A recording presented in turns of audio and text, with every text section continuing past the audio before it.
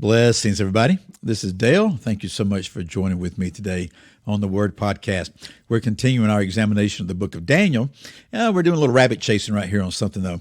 It's really more than a rabbit chase, because at the end of the 9th chapter of Daniel, we see several things mentioned. And one of the things is that there's going to be something that is a desolation, something that is an abomination that will occur. Jesus gives us insight into that in Matthew 24. Now remember, Matthew 24 and 25 is Jesus responding to his disciples asking a question. Other Gospels tell us that it was 4 disciples that came to him, and they said, "When will these things occur, and what will be the sign of your coming again and of the end of the age?" And of course, the question is, what things are they referring to?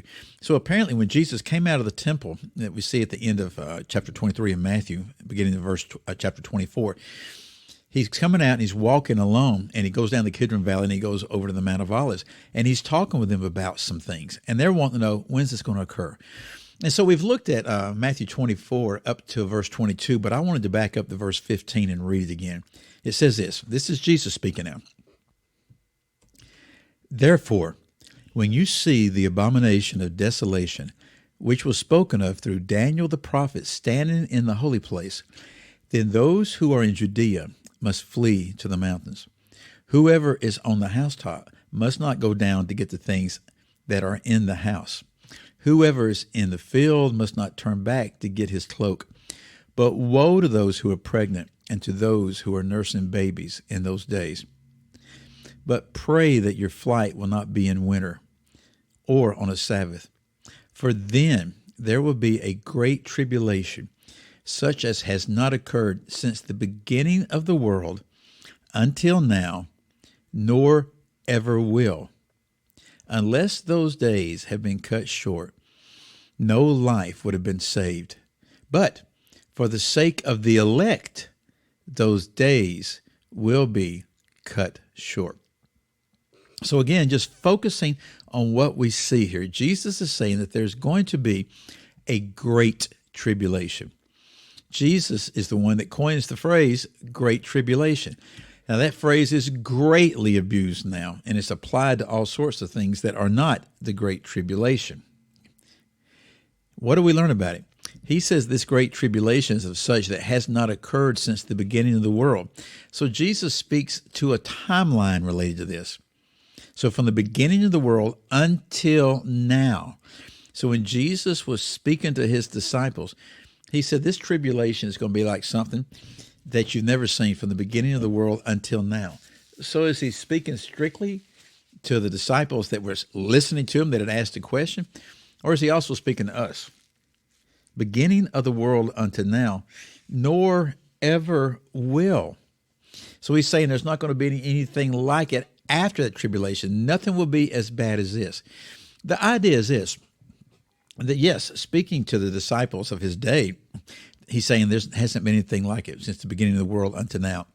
Speaking to us, there hasn't been anything like it since the beginning of the world until now.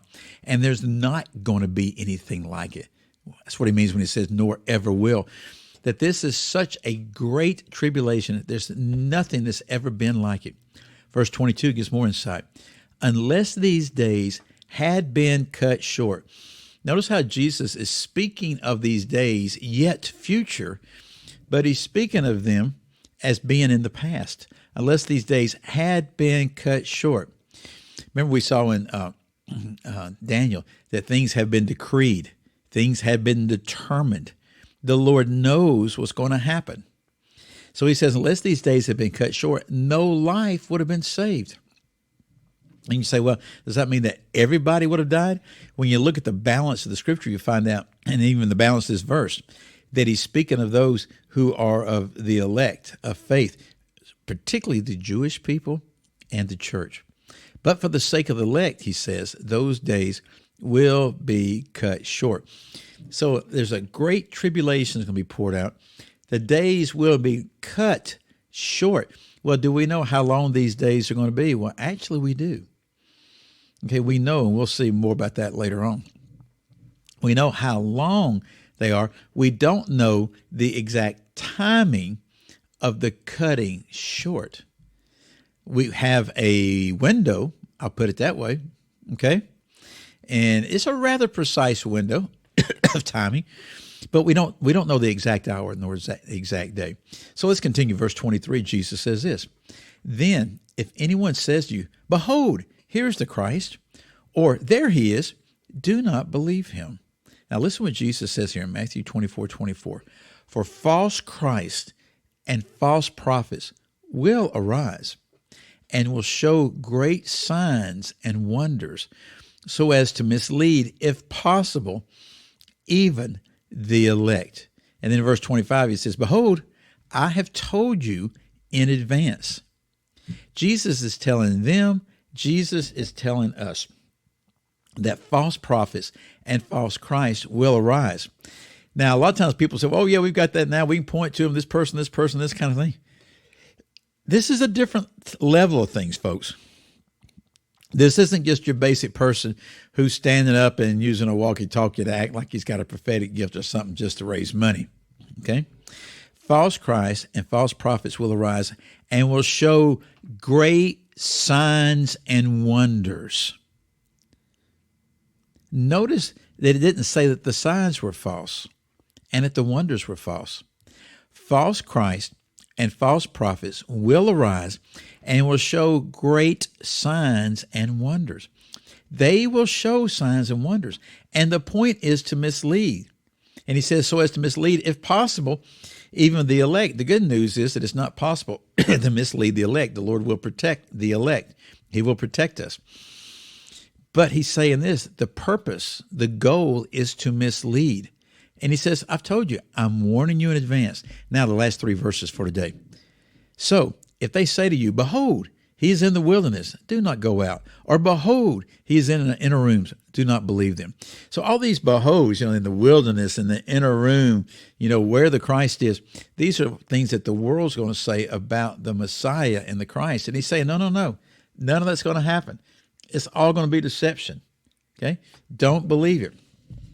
Then he tells us what to believe, verse 27. "For just as the lightning comes from the east and flashes even to the west, so will the coming of the Son of Man be. Wherever the corpse is, there the vultures will gather."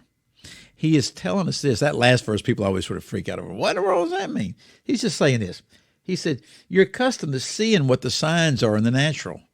So if there's a corpse laying out there, you know that vultures are going to gather. And you know that in just a brief period of time, you'll see the birds, hovering around above them, right? In the same way that you can be sure over that sign, you can know this, that the Son of Man will be coming from the east to the west. And then we're going to learn some more actually here in Matthew related to all that kind of thing, the timing and that kind of stuff.